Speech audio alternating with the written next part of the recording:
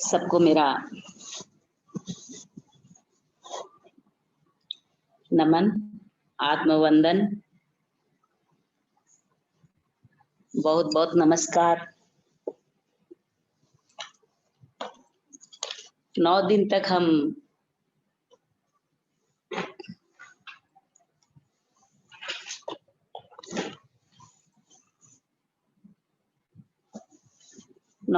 हमने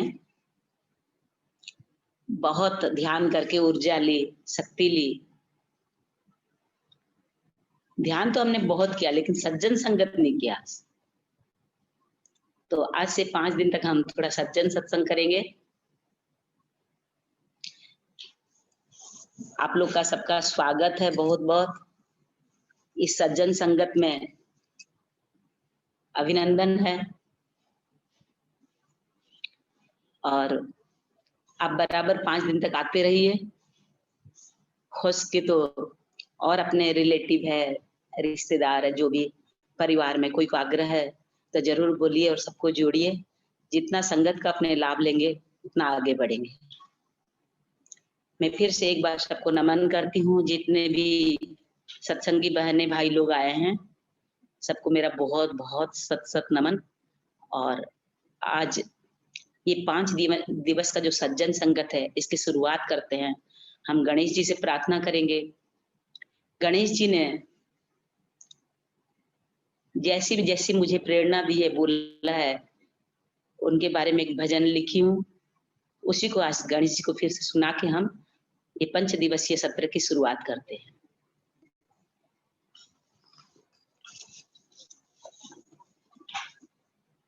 गणपति गिरिजा पुत्र को सिमरूं बारंबार, हाथ जोड़ विनती करूं गणेश नाम आधार। जरा भक्तों की सुनो गणपति जी, नाम तुम्हारा गणराज है। पहली पूजा करें हम तुम्हारी, पूरी होते हैं सारे काज है। जरा भक्तों की सुनो गणपति जी, नाम तुम्हारा गणराज है। पहली पूजा करें हम तुम्हारी, पूरे होते हैं सारे काज है। शिव जी के पुत्र अति हो प्यारे, पार्वती के हो लाल दुलारे। रिद्धि सिद्धि के तुम हो स्वामी, घट घट व्यापी अंतरयामी। सभी देवों में आप सरताज हैं, अपने भक्तों की रखते लाज हैं। पहली पूजा करे हम तुम्हारी, पूरे होते हैं सारे काज हैं। विघ्न विनाशक बुद्धि के दाता, एक दंत दयावंत हो तुम।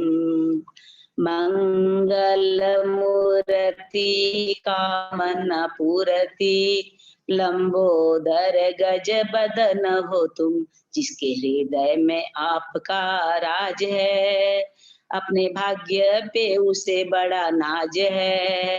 पहली पूजा करें हम तुम्हारी, पूरे होते हैं सारे काज है। जरा भक्तों की सुनो गणपति जी, नाम तुम्हारा गणराज है। पहली पूजा करें हम तुम्हारी, पूरे होते हैं सारे काज है। लड्डू मोदक प्रिय हैं आपको, मुझसे की तो सवारी है। दूब फूल और पान सुपारी, आपको तो बड़ी प्यारी है। कितना सुंदर आपका दरबार है, प्रभु पकड़े रहना मेरा हाथ है। कि पहले पूजा करे हम तुम्हारी, पूरे होते हैं सारे काज है। लाखों को तारे गजानंद जी, अब की हमारी बारी है। कितने सुंदर लगते हो जी, आपकी छवि बड़ी न्यारी है। हमें दे दो भक्ति का दान है, बस इसमें ही मेरा कल्याण है। पहली पूजा करें हम तुम्हारी, पूरे होते हैं सारे काज है। जरा भक्तों की सुनो गणपति जी, नाम तुम्हारा गणराज है। पहली पूजा करें हम तुम्हारी, पूरे होते हैं सारे काज है। पूरे होते हैं सारे काज है। बोलो गणपति जी भगवान की जय। तो हम हमारे 5 दिवस के ये सज्जन संगत के लिए गणपति जी को हमने मनाया कि निर्विघ्न हमारा कार्य, निर्विघ्न हमारा सत्संग पूरा हो और सबको खूब रस मिले, आनंद आए, भक्ति जागृत हो, ज्ञान जागृत हो, ध्यान में रुचि हो। इसीलिए हमने गणेश जी को प्रार्थना की है। 9 दिनों में हमने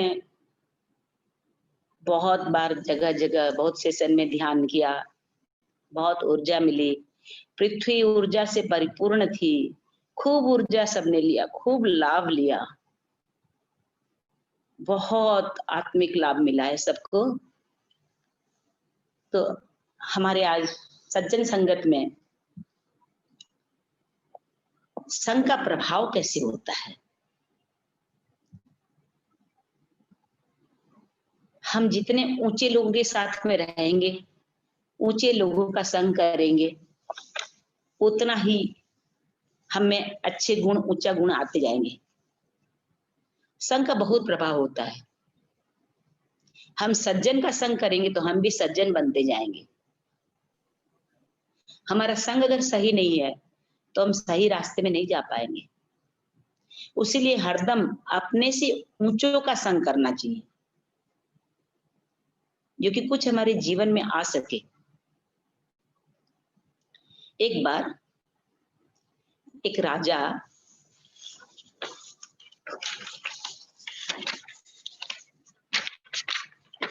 का तोता मर गया, एक तोता पाल रखा था, तो पिंजरा सूना हो गया।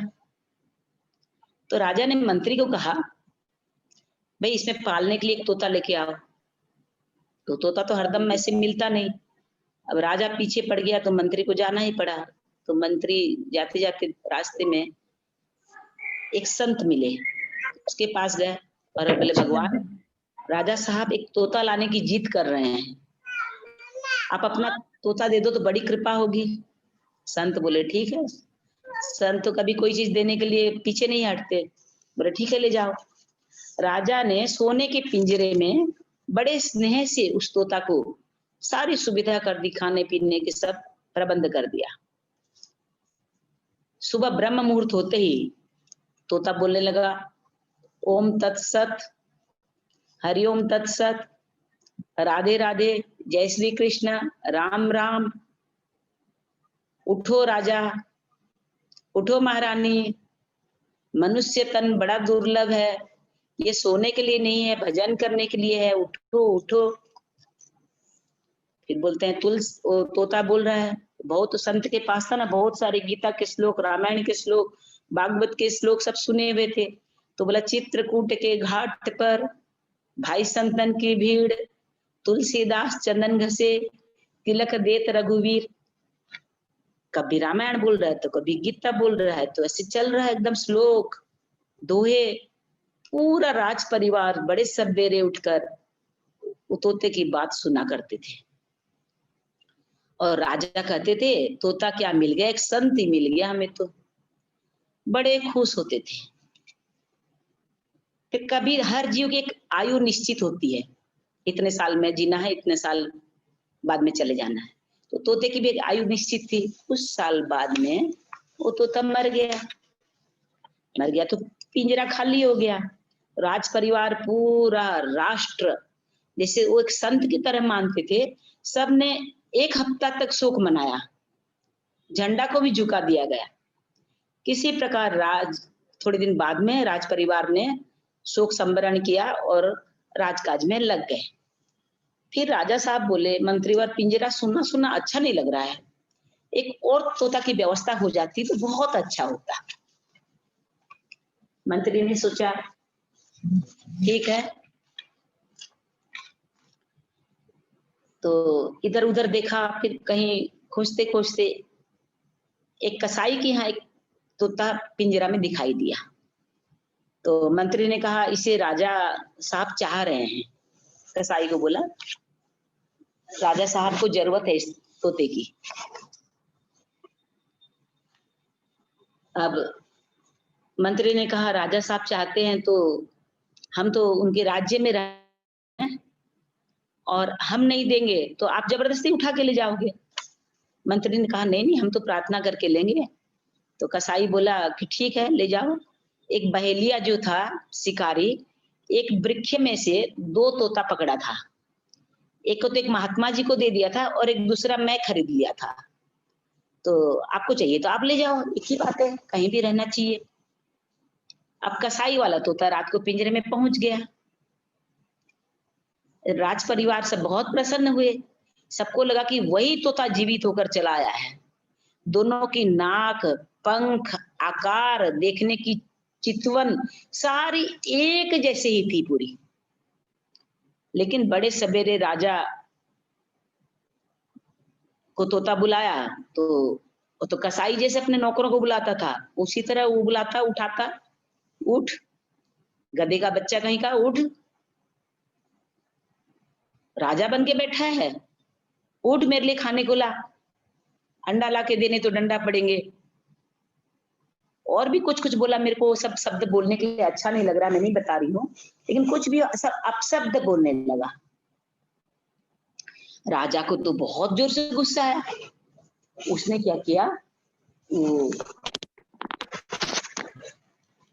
उसको पिंजरे से निकाल के उसकी गर्दन को मरोड़ के पूरा किले के बाहर फेंक दिया। दोनों तोता सगे भाई थे।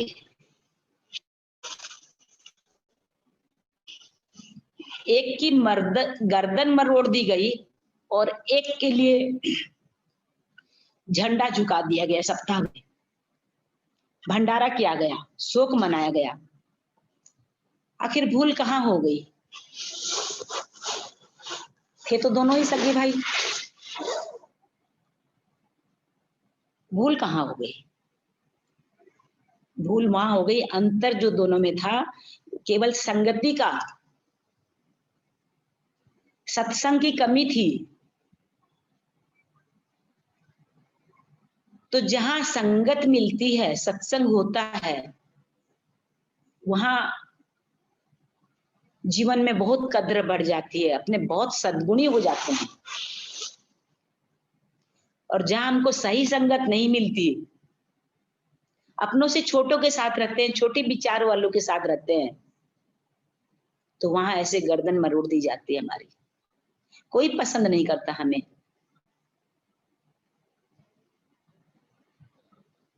किसी को भी अच्छा नहीं लगता।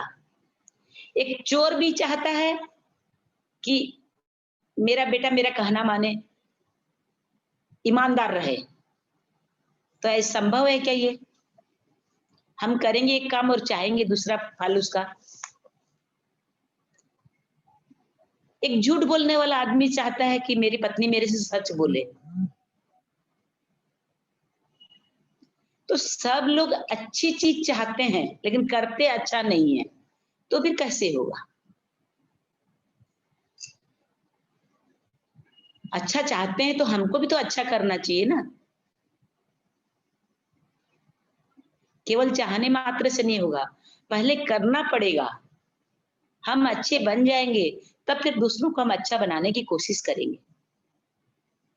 हम ही ठीक नहीं है, हम ही झूठ बोलते हैं और सोचते हैं हमारा बच्चा हमसे सच बोले।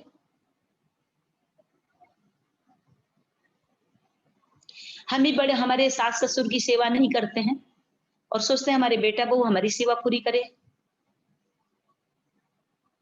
तो जैसा देखेंगे वैसे ही तो सीखेंगे।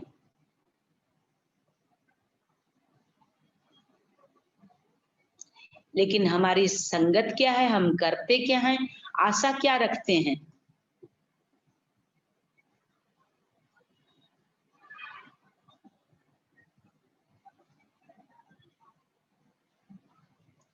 जैसा करेंगे वैसा भरेंगे। हम हमारे सास ससुर की सेवा नहीं करते हैं, माता पिता की सेवा नहीं करते हैं, हम हमारी बहुओं से उम्मीद करते हैं, कितनी गलती है हमारी। और हमारे घर में अगर ये परंपरा चलती रहेगी कि मैं करती हूँ, वो देखती है मम्मी करते हैं, पापा करते हैं, सब करते हैं, तो वो अपने आप ही करेंगे बेटा बहू लोग, कैसे नहीं करेंगे, कहाँ जाएंगे वो लोग। जैसा संग वैसा रंग।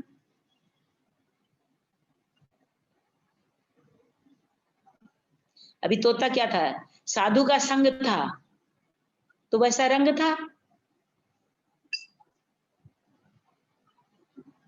और ये कसाई के घर में रहता था, इसको जैसा संग मिला इसको भी, उसने भी वैसा रंग दिखाया, वैसी वाणी बोली, वैसी भाषा में, वैसे व्यवहार। तो संग का रंग बहुत जल्दी लगता है।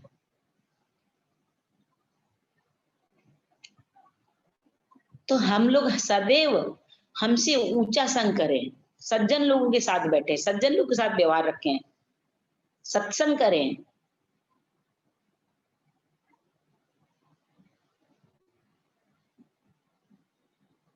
अगर हम नियमित सत्संग करते हैं तो हमारे जीवन में बहुत सारे सद्गुण आ जाते हैं, हमारा व्यवहार परिवर्तन हो जाता है, हम हमारा भेदभाव छूट जाता है, मेरा तेरा छूट जाता है, ईर्ष्या अहंकार छूट जाते हैं। तो क्यों ना हम सत्संग करें, क्यों ना अच्छे लोगों से बातचीत करें।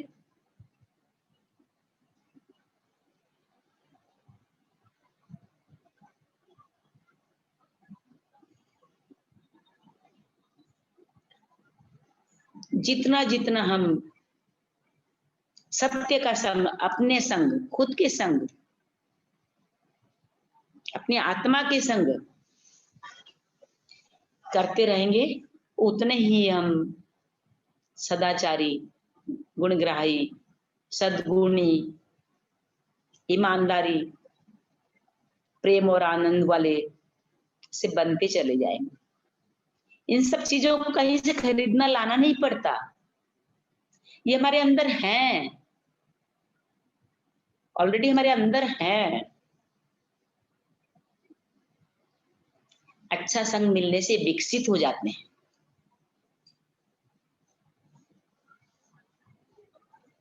हमने 9 दिन देवी की शक्ति को बहुत अर्जन किया, तो हमारे अंदर के रावण जो हैं, काम, क्रोध, लोभ, मोह, मत्सर, ईर्ष्या, जितने भी 10 रावण के सिर हैं, वो सारे मर गए और रावण मर गया।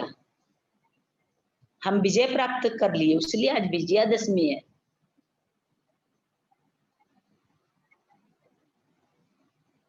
बाहर के रावण को, पुतला को जलाने से क्या होगा, उससे हमारा क्या फर्क पड़ता है। जलाएं तो भी ठीक है, नहीं जलाएं तो भी ठीक है।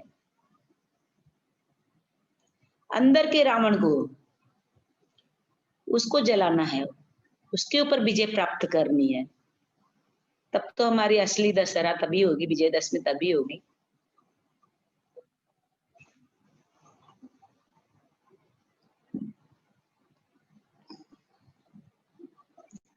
विजयदशमी और क्या है, केवल रावण का पुतला जला के, भीड़ इकट्ठी करके, धुआं करके, प्रदूषण करके कोई फायदा नहीं है,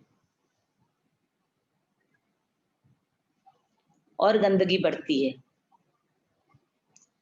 हर मनुष्य अगर समझ जाए कि विजयदशमी क्या है, रावण पे विजय प्राप्त करना क्या है, रावण के 10 सिरों का खंडन करना क्या है, तो हर घर में सज्जन संगत होने लग जाएंगे।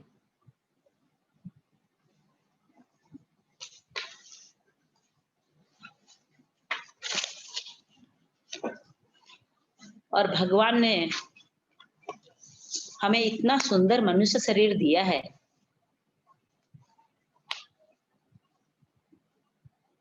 जरूरतमंदों की मदद भी हमें करनी चाहिए। ये सब गुण हमने आने लग जाएंगे सद्गुण, तो हमें अपने आप ही सेवा में श्रद्धा बढ़ जाएगी, मदद करने की इच्छा होगी। तो क्यों न हम अच्छी अच्छी बातें सुने, अच्छा संग करें। उदाहरण से हमें बहुत जल्दी समझ में आते हैं। एक बार देखिए, भगवान सेवा करवाना चाहते तो कैसा रास्ता बनाता है, और हमको प्रतिनिधि बना के करना चाहते हैं।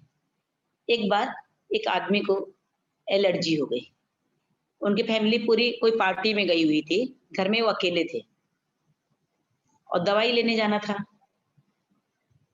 तो उन्होंने क्या किया, घर के बाहर आके देखा तो पास में दुकान थी दवाई की, ज्यादा दूर नहीं थी। देखा तो बारिश हल्की हल्की सी हो रही थी, तो सोचा, ड्राइवर भी चला गया आधे घंटा पहले, थोड़ी देर पहले होता तो ड्राइवर लाके देता, तब तो ड्राइवर भी नहीं, अब तो मुझे ही लाना पड़ेगा। तो देखा घर के पास में थोड़ी देर में राम एक मंदिर बना हुआ है, और एक रिक्शा वाला रिक्शा में बैठे बैठे प्रार्थना कर रहा है भगवान को, कुछ गुनगुना मैंने बोल रहा था वो। तो इसने देखा कि रिक्शा तो चाहिए मेरे को, तो बोला भैया क्या बात है, तो बोला नहीं 3 दिन से खाया नहीं हूँ, बुखार है, भूखा प्यासा हूँ, तो भगवान को प्रार्थना कर रहा था कि 2 रोटी दे देता, तो शायद आपको भगवान भेजा है इसलिए। तुरंत वो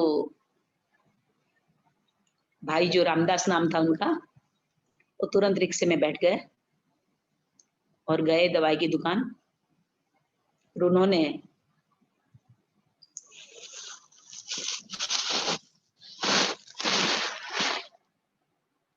दवाई ली खुद के लिए, और उस रिक्शे वाले के लिए भी दवाई ली, दुकानदार से पूछ के ऐसे से बुखार है। फिर वहां से बगल में होटल थी एक छोटी सी, नाश्ता उससे बन रहे थे, खाना भी बन रहा था। तो रामदास भाई की इच्छा हुई, तो उन्होंने वहां जाके छोला भटूरा पैक करवाया, और पैक करवा के लेके रिक्शा में वापस आ रहे थे। तो वहां मंदिर के पास उतरे, 30 रुपया भाड़ा रिक्शा का उन्होंने दिया, और वो छोला भटूरा दिया, और दवाई दे दी। एक दवाई आज खा लेना, एक गोली कल खा लेना, और इसमें छोले भटूरे खा लेना। तो रिक्शा वाला तो गदगद हो गया, भगवान को कुछ कुछ बोलने लगा कि भगवान आपने इतनी बड़ी कृपा की, मैं तो सोचा भी नहीं था, और मैं तो खाली भगवान को बोला था आज मुझे भोजन दे दो, कोई सवारी भेज दो, लेकिन आपने मेरे लिए भोजन की व्यवस्था भी कर दी, और दवाई की व्यवस्था भी कर दी, और कुछ पैसे भी मिल गए। और मैं 2-3 महीने से सोच रहा था मैं छोला भटूरा खाऊं बोल के, और कितनी कृपा है उस परमात्मा की। तो फिर वो सोचने लगा रामदास भाई, क्या भगवान से फिर घर आया, फिर भगवान से बात करने लगे। वो बोला भगवान क्या अपने रिक्शे वाले की मदद के लिए मुझे भेजा है? तो लगा कि हाँ, मेरे को इसीलिए भगवान ने कहा था, और भगवान ने मेरी मेरे को आज प्रतिनिधि बना के अपने भक्त की, वो जो भगवान के सामने रिक्शा वाला प्रार्थना कर रहा था, तो बोला उसकी इच्छा थी छोला भटूरा खाने की, दुकान में और भी मिठाई थी, मैं ला सकता था उसके लिए कुछ भी, या फिर थाली पैक करके भी भोजन ला सकता था। बहुत सारी चीजें थी, समोसा भी थी और भी था सब, लेकिन मैंने छोला भटूरा ही क्यों लिया?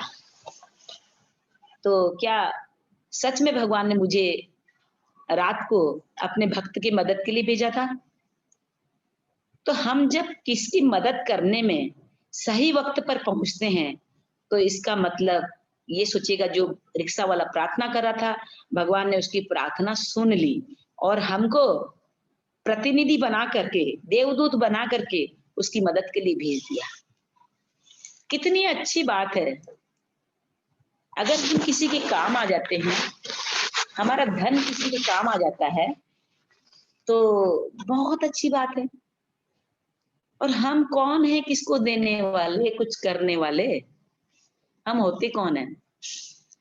सब चीज उसकी, हम उसके, वो रिक्शा वाला उसका, वो सामान उसका, सब परमात्मा का है। हमारा तो कुछ है ही नहीं, एक माध्यम है खाली हम। भगवान ने वो सेवा के लिए हमें चुना है। कितनी अच्छी बात है। भगवान ने हमें पसंद किया है,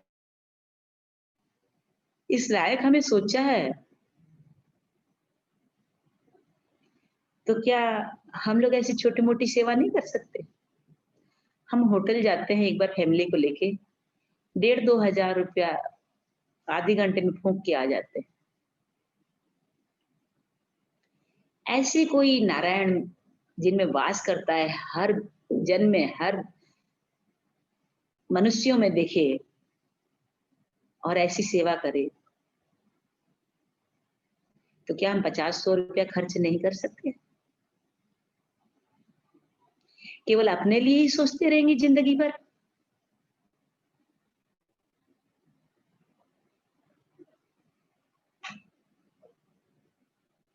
एक कौवा होता है, वो कौवा भी एक रोटी आप डालेंगे टुकड़ा करके, तो तुरंत काँव-काँव करके सब कौवों को बुला लेगा। वो भी बाँट के खाता है, अकेला नहीं खाता। और हम मनुष्य, हमें लगता है आप भरा तो जग भरा, बस अपनी ही चिंता बनी रहती है।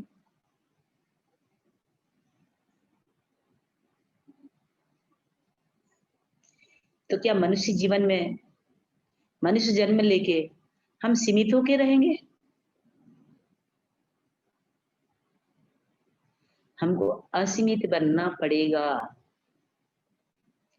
सब में भगवान की दृष्टि करनी पड़ेगी, सब में एक को देखना है और जो ज़्यादा ज़रूरतमंद है उसकी सेवा ज़रूर करनी है।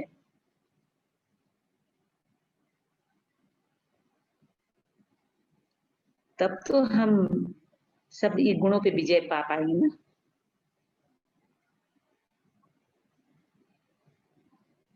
सब में उस परमात्मा की झलक देख के सबकी सेवा, सबको मीठे वचन, आज हमको कोई कटु वचन बोलता है तो कितना कष्ट होता है, सुनने में अच्छा नहीं लगता। तो हम किसको बोलेंगे तो उन्हें अच्छा लगेगा क्या? नहीं ना। तो फिर जो भी हम बोलते हैं, वैसा अपने लिए सोच के देखें। अपने लिए सोचिए हरदम।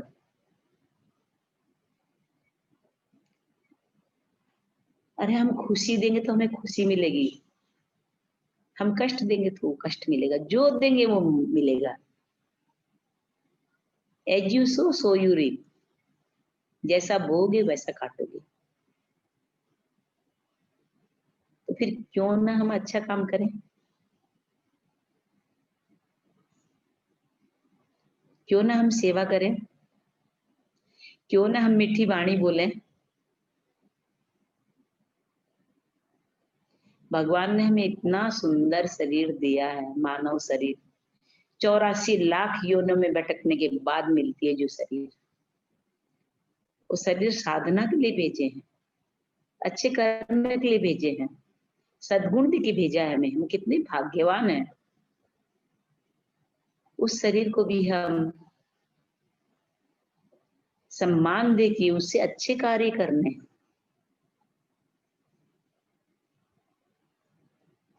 जीवन में बहुत सारा समय हमने खराब कर दिया।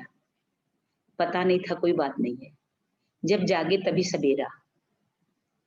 अगर हम जग गए हैं अभी, तो हमारे लिए सवेरा ही है।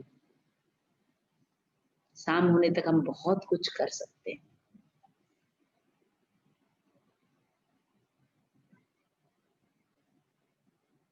अपने पास तन है तो तन से सेवा कर दीजिए, मन है तो सबका मंगल सोच लीजिए, धन है तो धन से सेवा किसी से तो करें हम। अपना तो पशु पक्षी भी कर लेता है, तो फिर मनुष्य में और पशु पक्षी में अंतर क्या हुआ?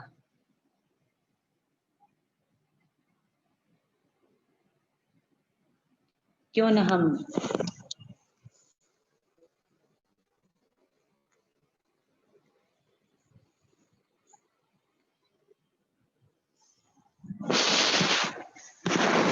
आत्मा से जुड़ के, अच्छे लोगों से, अच्छे सत्संग से जुड़ के जीवन में आगे बढ़ते रहे।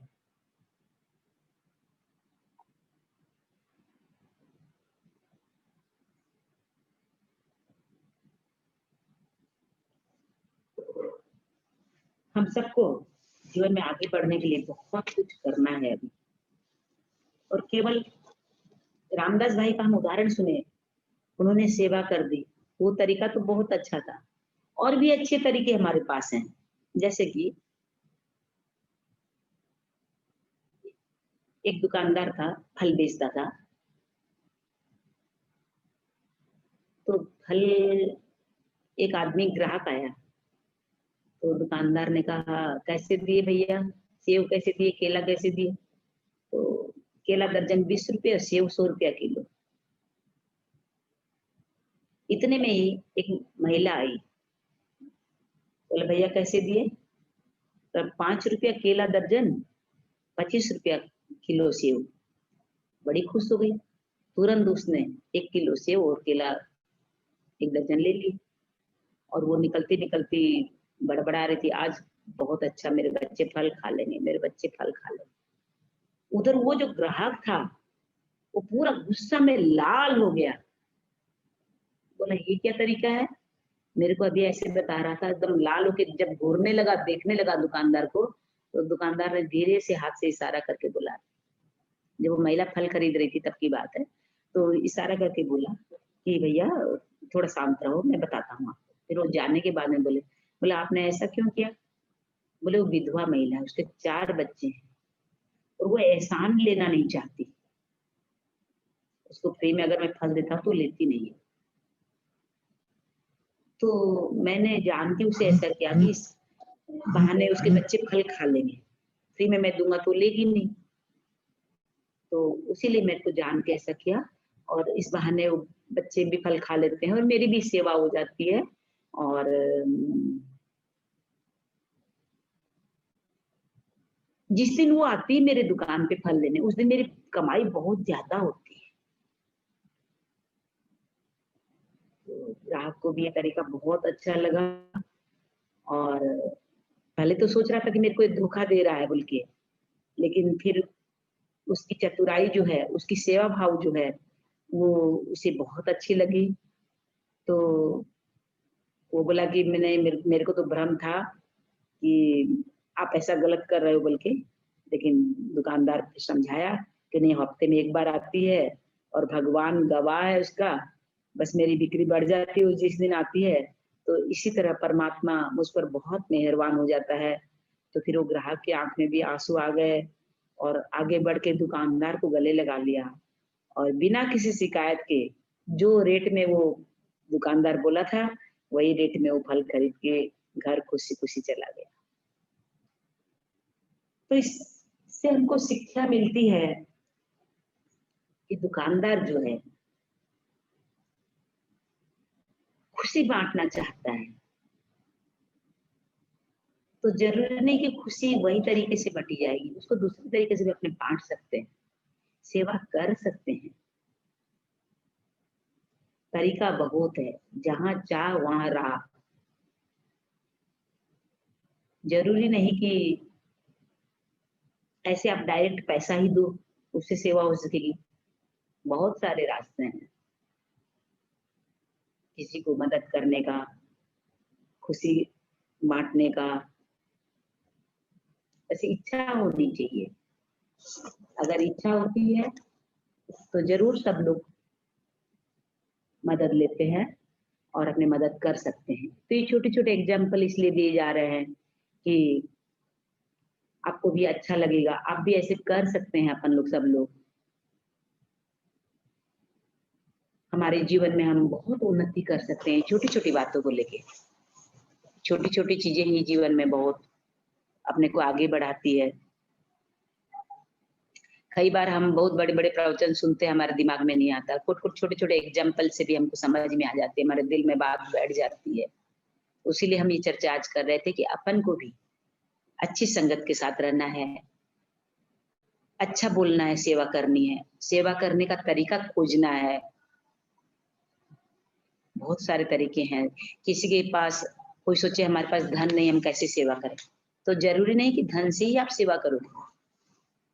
किसी के पास शरीर स्वस्थ नहीं है, वो सोचता है हमारा शरीर अच्छा होता तो हम सेवा करते। तो शरीर अच्छा नहीं तो आपके पास धन है, मन है, सबका अच्छा सोचो, उस धन से सेवा कर दो। रास्ते बहुत हैं, करने वाला चाहिए केवल।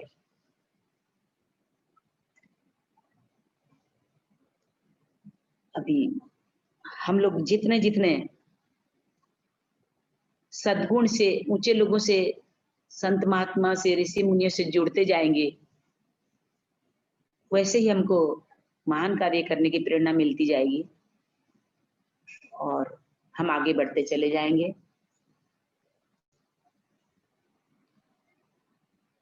भगवान ने हमें भेजा है इस दुनिया में, हरदम अच्छे कार्य करो। तो अच्छे कार्य की सीखें हमको कहाँ से मिलती है? सज्जन संगत से, सत्संग से मिलती है। तो सत्संग में हम जाते हैं तो ह हमारे मन के मैल धुलते हैं। सत्संग में स्नान करेंगे हम, तो मैल धुल जाएँगे तो हम शुद्ध बन जाएँगे, पवित्र बन जाएँगे और हमारी ज्ञान और भक्ति बढ़ती है। ज्ञान भक्ति के धनी हो जाते हैं हम। बाहर की कमाई तो बहुत लोग कर लेते हैं। कोई बिज़नेस आगे बढ़ा, कोई इस किसी में इंजीनियर है, कोई डॉक्टर है, ऐसे वो कमाई तो बहुत मिल जाती है। लेकिन अंदर की कमाई जो है कोई-कोई भाग्यवान ही पाते हैं। तो अंदर की कमाई हमें सज्जन संगत में मिलती है, सत्संग में मिलता है और बहुत फ़ायदा होता है सत्संग में। हमें यही नहीं पता कि सत्य क्या है, असत्य क्या है, सच क्या है, झूठ क्या है।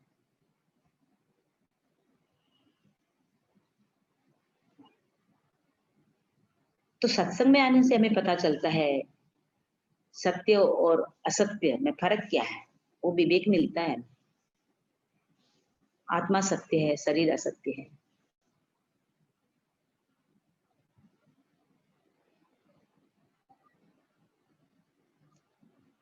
शरीर मरने वाला है, आत्मा अमर है। बहुत सारी बातें का विवेक होता है और बड़े-बड़े ऋषि मुनि ने, वाल्मीकि जी ने, नारद जी ने बहुत सत्संग की महिमा गाई है और सत्संग में आके बहुत अधम जन का उद्धार हुआ है, कल्याण हुआ है। सज्जन संगत से बहुत सारा ज्ञान मिला है उनको, उस रास्ते में चले हैं और एक प्रेम का, आनंद का, ज्ञान का, ध्यान का रंग लग जाता है सत्संग में आने से। संतों ने तो लिखा है कौवा से हंस बन जाता है, यानी कौवा में हंस में कितना फर्क है देखिए। एक व्यक्ति सत्संग में आने से अज्ञानी से ज्ञानी बन जाता है, मूर्ख से पंडित बन जाता है।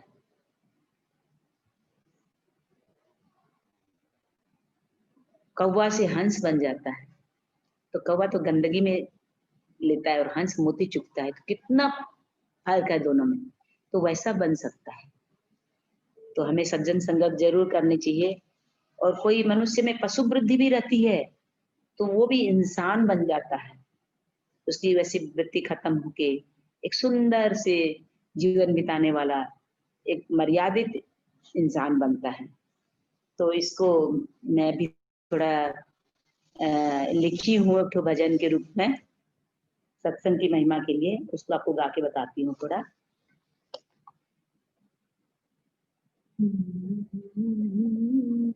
कर अपना कल्याण सत्संग में आके, कर अपना कल्याण सत्संग में आके। सत्संग है एक तीरथ बाड़ी, मन की मैल मिटाए सारी। तू भी कर स्नान सत्संग में आके, कर अपना कल्याण सत्संग में आके। संतों का संग पावन करता, भक्ति दिन प्रतिदिन ही बढ़ता। संतों का संग पावन करता, भक्ति धन प्रतिदिन है बढ़ता। बन तू भी धनवान सत्संग में आके, कर अपना कल्याण सत्संग में आके। सत्संग के हैं लाभ अनेका, होवे सत्य सत्य विवेका। मिल जाता है ज्ञान सत्संग में आके, कर अपना कल्याण सत्संग में आके। कर अपना कल्याण सत्संग में आके। वाल्मीकि नारद आदि जो सत्संग की महिमा कह गए, अधम भी हुए हैं महान सत्संग में आके। कर अपना कल्याण सत्संग में आके। प्रेम का रंग चढ़ाए सत्संग, कागज से हंस बनाए सत्संग। बने इंसान सत्संग में आके, कर अपना कल्याण सत्संग में आके। कर अपना कल्याण सत्संग में आके। तो सत्संग की महिमा बहुत बड़ी भारी है। इसमें हम बहुत विवेकी, ज्ञानी, ध्यानी, भक्तिवान बन सकते हैं। भक्ति का धन कमा सकते हैं, ज्ञान का धन कमा सकते हैं। बहुत अच्छे हम मीठी बोली बोल सकते हैं, समता का भाव रख सकते हैं। कटु वचन बोलेंगे ही नहीं, हमारी एकदम आदत ही छूट जाएगी अपने आप सत्संग में आने से। सब में परमात्मा दिखाई देंगे, सबकी सेवा करने का मन होगा, सब में एक ही एक नजर आएगा वो। तो ये चीज हम सत्संग से पा सकते हैं। तो इसीलिए सबने बहुत सुंदर से सुना। मैं बहुत बहुत आभारी हूँ आप लोग की, बहुत बहुत नमन। और अभी हम थोड़ी आपस में चर्चा करेंगे। अब किसको कुछ पूछना है या कोई डाउट है या किसको कैसा लगा, अपने चर्चा करेंगे। तो एक बार अनम्यूट कर देते हैं। और कोई कुछ बोलना चाहेंगे या पूछना चाहेंगे आज के सत्संग के विषय में, तो अपने 15 मिनट चर्चा करेंगे जरूर से।